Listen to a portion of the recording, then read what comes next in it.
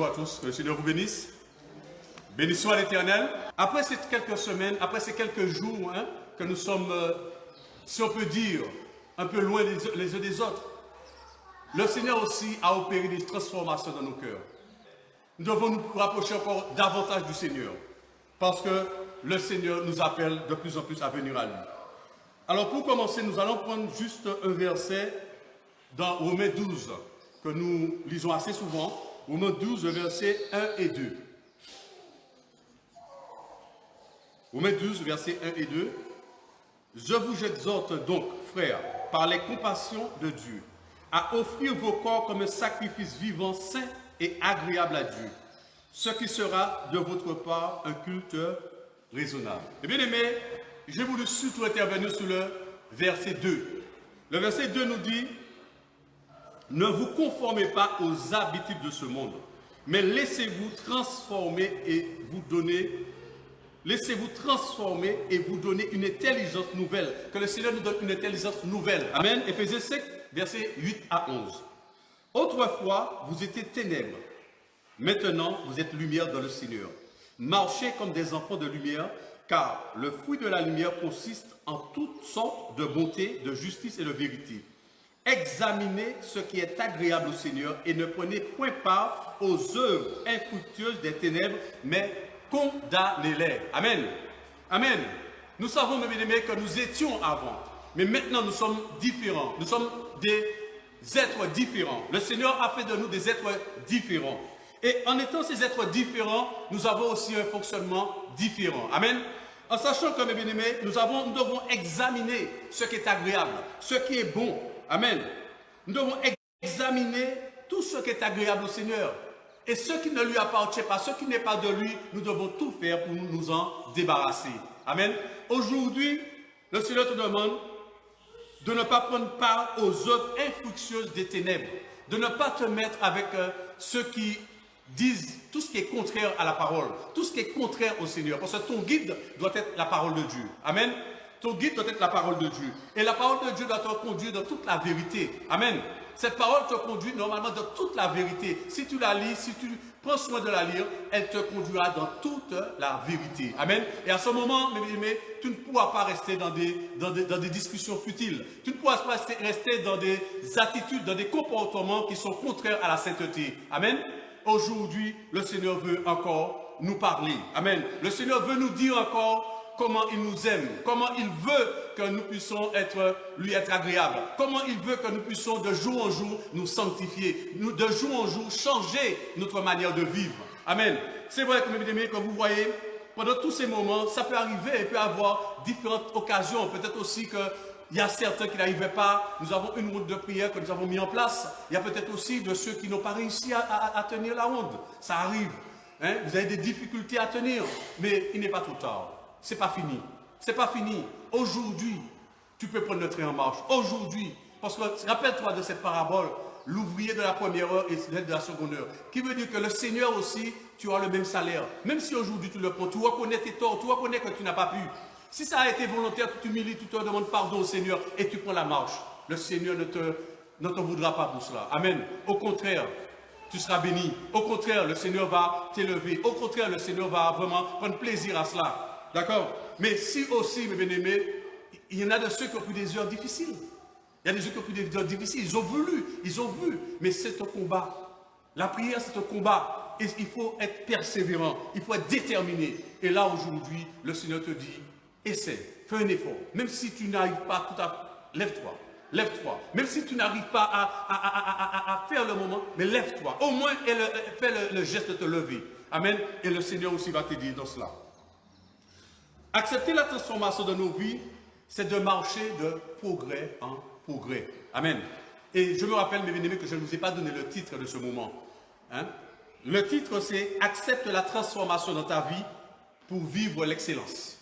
Amen.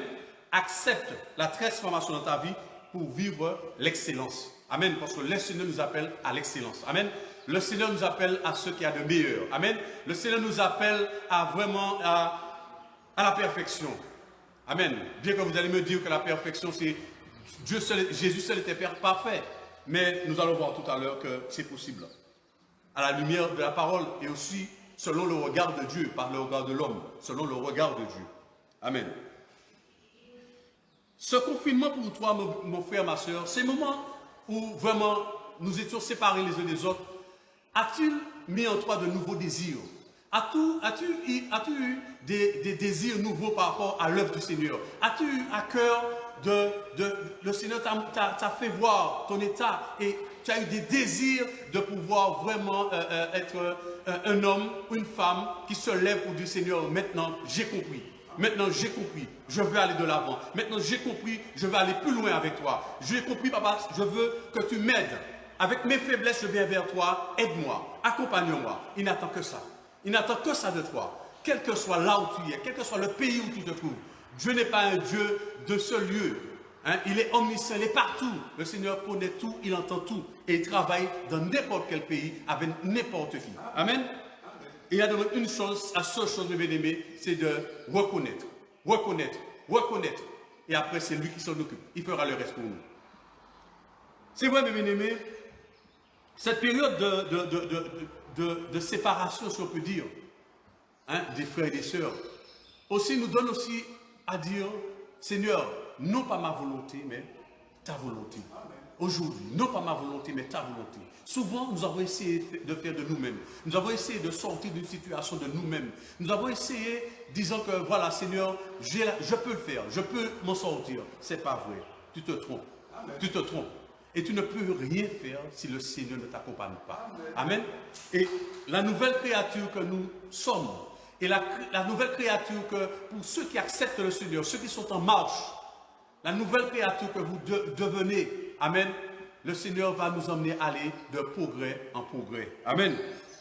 Aujourd'hui, mes bien-aimés, le Seigneur sait que nous ne sommes pas des hommes parfaits. Nous ne sommes pas parfaits. Amen. Ceux qui sont passés avant nous n'étaient pas aussi parfaits. Mais le Seigneur veut aussi nous aider. Le Seigneur veut une chose, que tu reconnaisses tes défaillances. Que tu reconnaisses là où tu as glissé. Là où tu n'as pas su supporter ton frère. Là où tu n'as pas su supporter ta soeur. C'est vrai que nous sommes dans des moments où nous sommes peut-être l'un à droite, l'un à gauche. Mais un moment, et ce moment est en train d'arriver, où nous allons nous retrouver. Les désirs, ce que tu as mis en place, ce que le Seigneur a mis, ce que toi, tu as dit au Seigneur que tu vas faire, que tu vas mettre en place. Il faudra là demander au Seigneur de te préparer au retour avec tes frères, au retour avec tes sœurs. Parce que, mes bien-aimés, c'est vrai, c'est quelque chose d'assez, c'est simple. Lorsqu'on est chez soi, lorsqu'on est seul, à ce moment, on est vraiment, on dit qu'on est dans la prière, on se consacre, etc. Mais lorsqu'on va rencontrer nos frères et sœurs, c'est là la réalité. C'est là qu'on doit savoir est-ce que ce que nous avons reçu pourra nous aider à aller plus loin. Amen. Mais je le crois, mes bien-aimés. Je le crois parce qu'il y a une transformation qui a commencé. Il y a un travail qui a commencé. Parce que nous ne sommes pas de ceux qui parlent négativement, nous sommes de ceux qui sont optimistes, nous ne sommes pas pessimistes. Et nous disons que la transformation est en marche. Parce que ce que le Seigneur a dit, il le fait. Amen. Vous savez, mes bien-aimés, il n'y a que Jésus seul qui n'a pas péché. Mais aussi, la perfection pour chaque homme, c'est de pouvoir arriver au but. C'est d'arriver au but. Le but, c'est quoi? Le Seigneur nous a fixé un but. Le but, c'est d'être avec lui. Amen. D'aller et d'être avec lui. C'est Jésus. D'être avec lui, de manger avec lui, d'être dans la félicité avec lui. Amen. C'est ça notre but, mes bien-aimés. Et aujourd'hui, lorsque nous voyons autour de nous, lorsque nous voyons tout ce qui se passe autour de nous, le monde n'a rien pour nous. Il n'y a rien sur cette terre qui peut nous retenir. Amen. Nous n'avons qu'une chose à faire, mes bien-aimés, c'est simplement donner tout à Jésus. Donner tout à Jésus. Amen. Nous n'avons rien à perdre. Donnez tout à Jésus. Nous aurons tout à gagner. Amen. Nous aurons tout à gagner. Et je crois que le Seigneur, le travail qu'il a commencé, il va le terminer dans la vie de chacun de nous. Amen. Apôtre Paul nous dit que sa marche, c'était une course. Il s'est comparé à un athlète, à une course, en sachant qu'il a un but à atteindre. Et tant qu'il n'a pas atteint le but, il doit se battre pour ce but. Amen. Il doit se battre pour ce but. Nous allons prendre Philippiens 3, le verset 12. Pour ceux qui ont leur but, Philippiens 3, verset 12. Ce n'est pas que j'ai déjà remporté le prix ou que j'ai déjà atteint la perfection. Mais je cours pour tâcher de le saisir, puisque moi aussi j'ai été saisi par Jésus-Christ. Frère, je ne pense pas l'avoir saisi, mais je fais une chose, oubliant ce qui est en arrière, et me portant vers ce qui est en avant. Je cours vers le but pour remporter le prix de la vocation céleste de Dieu en Jésus-Christ. Amen. Mon frère, ma soeur, aujourd'hui, l'apôtre dit qu'il ne pense pas l'avoir saisi, mais il court vers ce but. Il court vers cette perfection. Mais il y a une chose qu'il a dit qui est importante. Mais je fais une chose, oubliant ce qui est en arrière. Oubliant ce qu'il était. Oubliant ce qu'il a fait. Amen. Aujourd'hui, il n'est plus cet homme. Il est une nouvelle créature. Et je te dis, mon frère, ma soeur, tu n'es plus celui que tu étais hier. Tu es une nouvelle créature. Amen. Et que le Seigneur t'a transformé. Le Seigneur a changé ta vie lorsque tu l'as accepté. Abandonne la culpabilité. Abandonne les choses qui te retiennent. Amen. Libère-toi de toutes ces choses qui te freinent, qui t'empêchent d'avancer. Ces choses qui sont là, qui sont un blocage dans ta vie spirituelle. Ces choses-là qui t'empêchent d'être épanoui dans le Seigneur. Oubliant ce qui est ancien. Les choses anciennes sont passées, voici toutes choses sont devenues nouvelles. Tu es une nouvelle personne, tu es une nouvelle créature. Amen. Tu es créature de Dieu, maintenant tu es enfant de Dieu. Maintenant tu es une nature différente. En sachant, même si tes yeux ne te le montrent pas, mais tu as cette foi. Tu crois que Dieu t'a changé. Tu crois que Dieu a fait pour toi. Et même si il y a des choses que tu as des ressentis, tu as certaines choses, mais tu crois en ce qu'il a dit. Et ce qu'il dit, il le fait. Amen. Lorsque le malheureux crie, l'Éternel l'entend. Amen. Aujourd'hui, mes bien-aimés, l'Éternel entend vos cris. Aujourd'hui, le Seigneur te dit, si aujourd'hui tu es là, si aujourd'hui il a permis que tu sois debout, c'est encore pour lui donner gloire. Parce que ce n'est pas à cause de ta mère, ce n'est pas à cause de ton père, mais c'est lui, le créateur du ciel et de la terre. C'est lui qui permet que tu sois là. Amen. Et si tu vis, tout est par sa grâce. Amen. Soyez bénis, bien-aimés. Et à travers ça, mes bien-aimés, nous voyons que l'apôtre Paul n'a pas fini. Dans le verset 15, il nous dit, nous tous donc qui sommes parfaits, toujours dans le chapitre de Philippiens 3, le verset 15 maintenant, nous tous donc qui sommes parfaits, ayons cette même pensée. Et si vous êtes en quelque point de notre avis, Dieu vous éclairera. Amen. Aussi là-dessus. Seulement, au point où nous sommes parvenus, marchons de même pas. Amen. Si vous n'êtes pas d'accord, si vous avez un autre avis, priez le Seigneur. Amen. L'apôtre a dit, Dieu vous éclairera aussi là-dessus. Lorsqu'on défend, on n'est pas convaincu, bien-aimé, la seule chose qu'il faut faire, c'est rester dans la paix et puis crier au Seigneur. Demandez-lui, il va vous répondre. Il va peut-être prendre le temps qu'il faut, mais il vous répondra. Il vous répondra certainement. Il vous répondra peut-être d'une manière ou d'une autre, mais il répondra. Amen. Ce n'est pas la peine de faire des discussions vaines, des discussions inutiles, des choses qui nous emmènent, au lieu de nous emmener de l'avant, ça nous fait reculer. Amen. Mais parlons au Seigneur, il va s'occuper de nous. Vous savez aussi, il y a un homme dans la Bible que le Seigneur a dit qu'il était intègre. Job était intègre. Job était intègre, mais il est arrivé à Job de discuter. Et cet homme a reconnu aussi qu'il n'était pas parfait. Amen. Il a reconnu qu'il n'était pas parfait et il a dit dans Job 42, verset 6. Je vais commencer par le verset 3. Le Seigneur lui dit, quel est celui qui a la folie d'obscurcir mes desseins? Job répondit, oui, j'ai parlé sans les comprendre, des merveilles qui me dépassent et que je ne conçois pas. Mais voilà le verset 6 nous dit, c'est pourquoi je me condamne et je me repens sur la poussière et sur la cendre. Amen. Vous avez vu, mes bien-aimés, il a reconnu. Il y a des choses qu'il ne comprenait pas. Il y a des choses qui étaient au-dessus de ses pensées, au-dessus de sa vision. Amen. Des choses qu'il ne comprenait pas. La première des choses qu'il a eu, il a eu cette action de s'humilier, de se repentir. Amen. Et cette repentance-là, mes bien-aimés, ça n'a pas été n'importe quelle repentance. 2 Corinthiens 7, à partir du verset 9. Amen.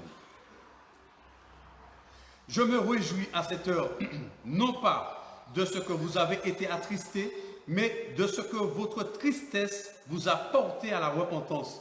Car vous avez été attristés selon Dieu, afin de ne recevoir de notre part aucun dommage. En effet, la tristesse selon Dieu produit une repentance à salut, dont on ne se repent jamais, tandis que la tristesse du monde produit la mort. Amen.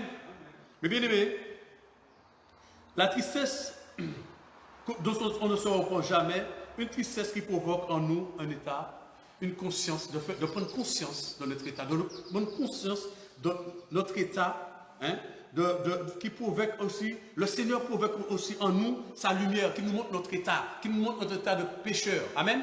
Notre état de pécheur. Et à ce moment-là, lorsqu'on reconnaît ce moment, lorsqu'on reconnaît cet état, il n'y a qu'une chose qu'on fait, on s'humilie, on demande pardon au Seigneur. Et à ce moment-là, automatiquement, mes bien-aimés, il y a un processus qui est déclenché.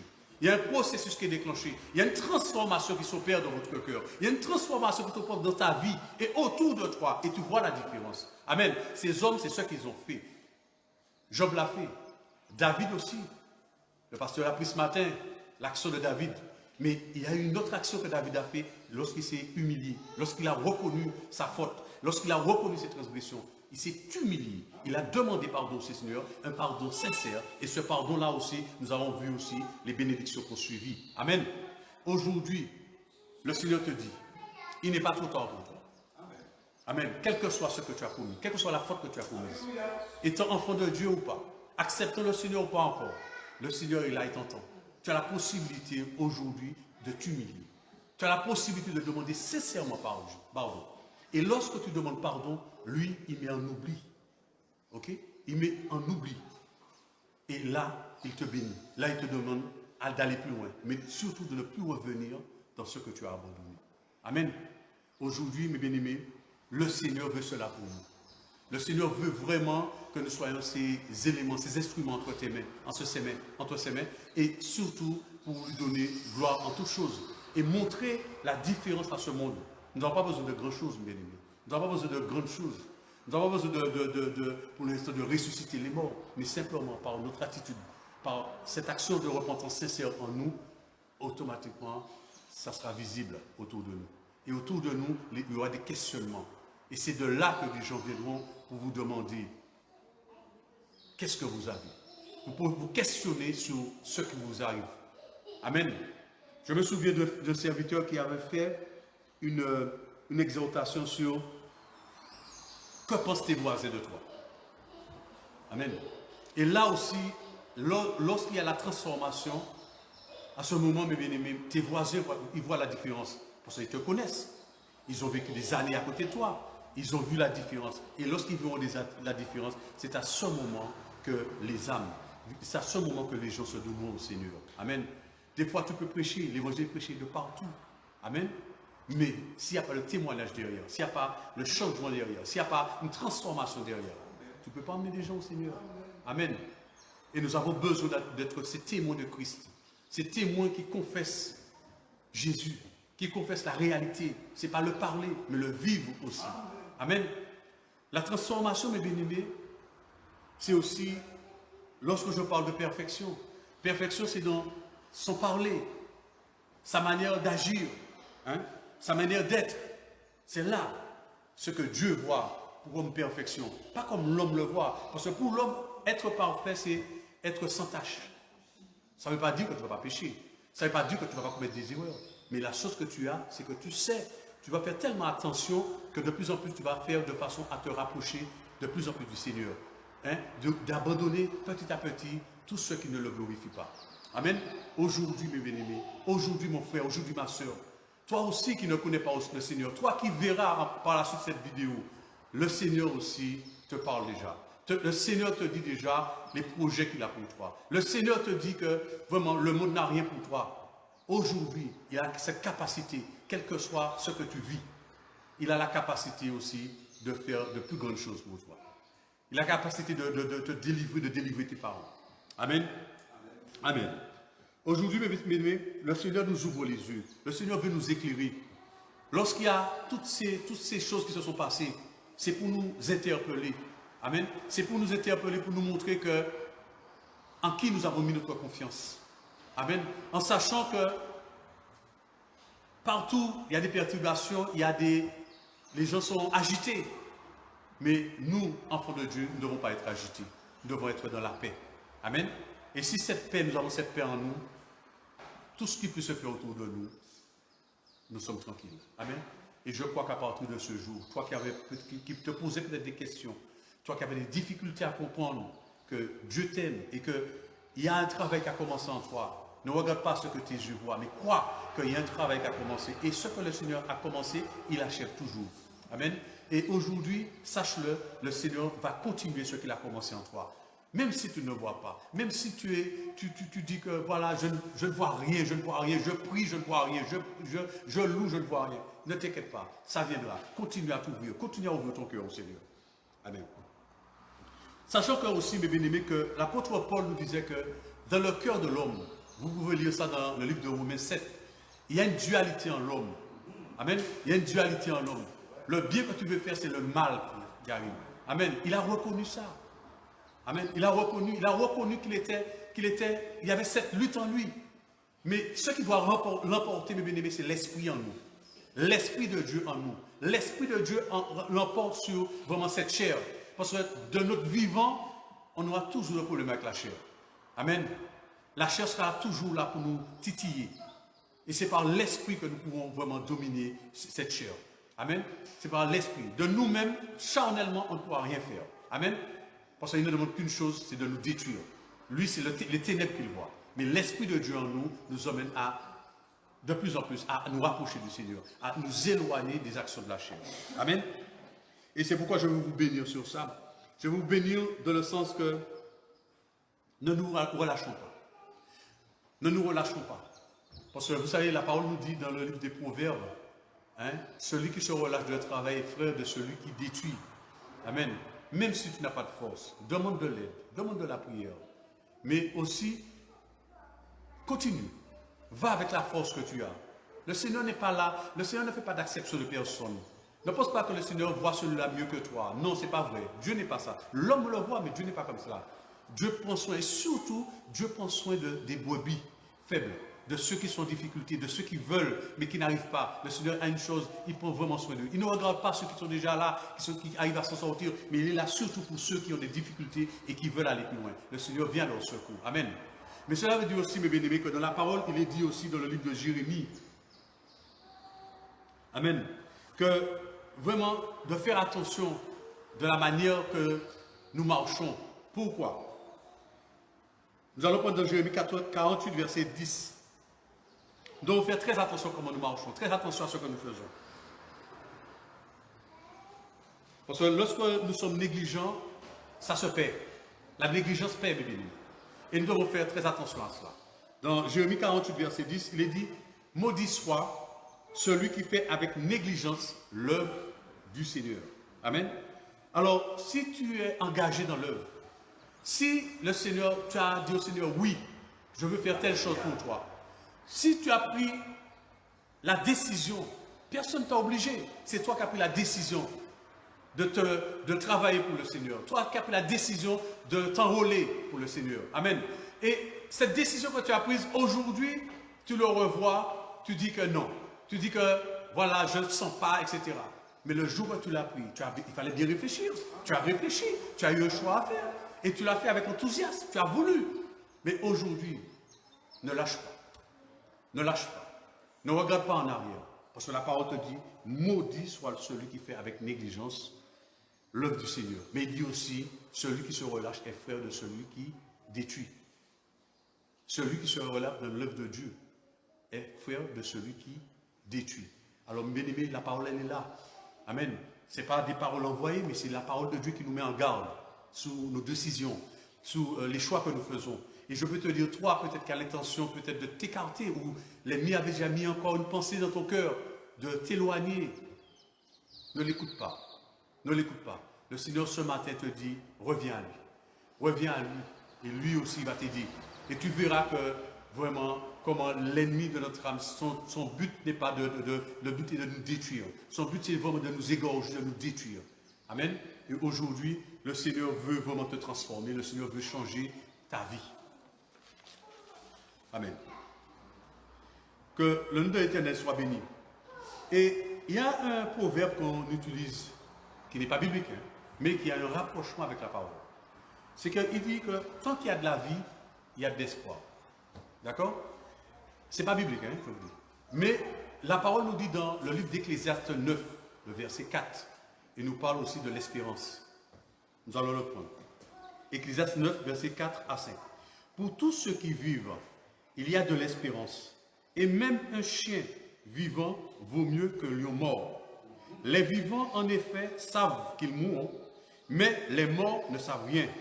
Et il n'y a pour eux de salaire, et il n'y a pour eux plus de salaire, puisque leur mémoire est oubliée. Amen, bien-aimés. La parole vous dit, mes bien-aimés, que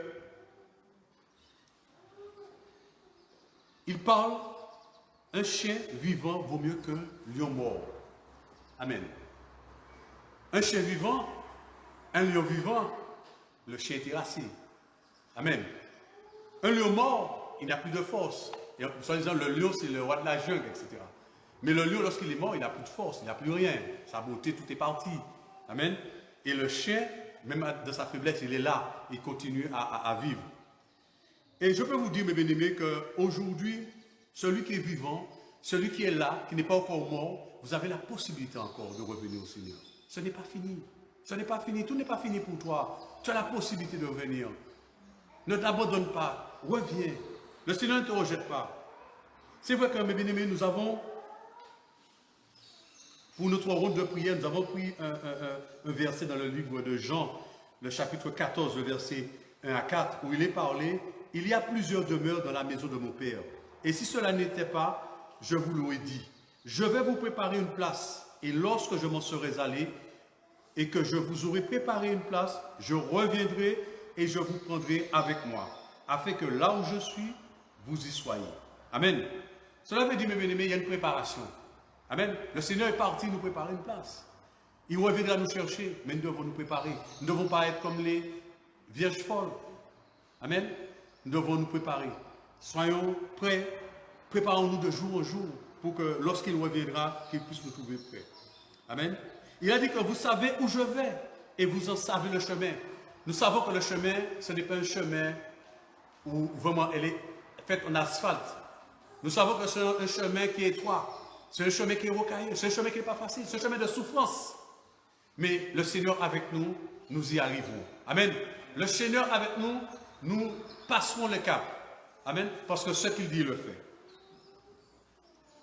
Je bénis Dieu encore pour sa parole. Et il dit encore un peu de temps. Encore un peu de temps. Celui qui doit venir viendra. Et il ne tardera pas. Et mon juste vivra par la foi. Mais s'il se retire, mon âme ne prend pas plaisir en lui. Nous ne sommes pas de ceux qui se retirent pour se perdre, mais de ceux qui ont la foi pour sauver leur âme. Amen. C'est par la foi, mes bien-aimés.